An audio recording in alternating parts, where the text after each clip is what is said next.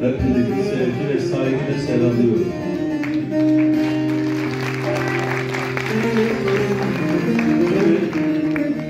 Köylerdeki inek atını bu sefer Çıldır Gölü'ndeki kızağa koşacaksın.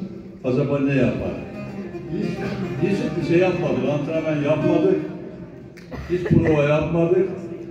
Benim bir eserime eksik olmasın Mehmet Kundakcan koroyla beraberce söylememi planlamış. Bakalım nasıl bir şey olacak. Ama ben öncelikle koromuzu ve koromuzun şefi Mehmet Kundak Bey'i güçlü alkışlamanızı istiyorum.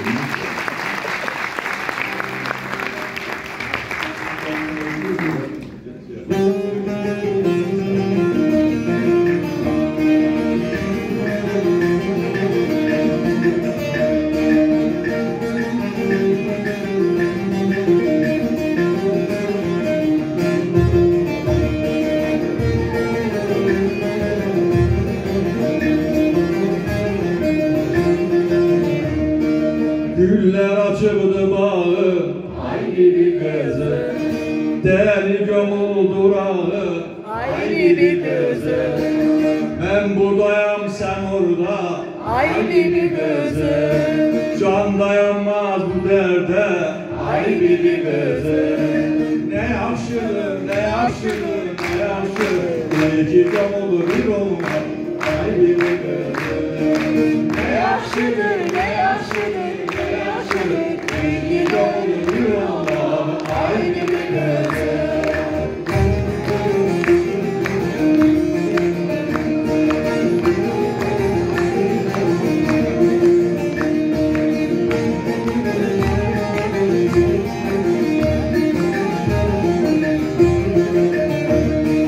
Çaldım özümü taşa, ay gibi gözüm. Salma beni ataşa, ay gibi gözüm.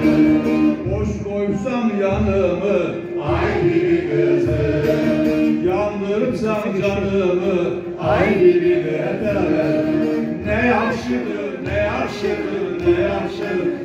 İki gönül bir olma, ay gibi gözüm. Ne yaşlıdır, ne yaşlıdır, ne yaşlıdır.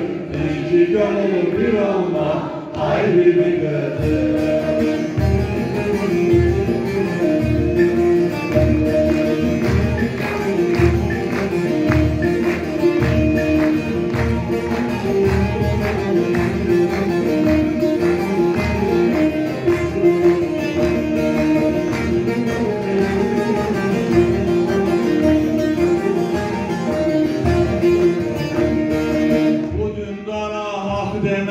Ay gibi gözüm, kaş indirip yok deme.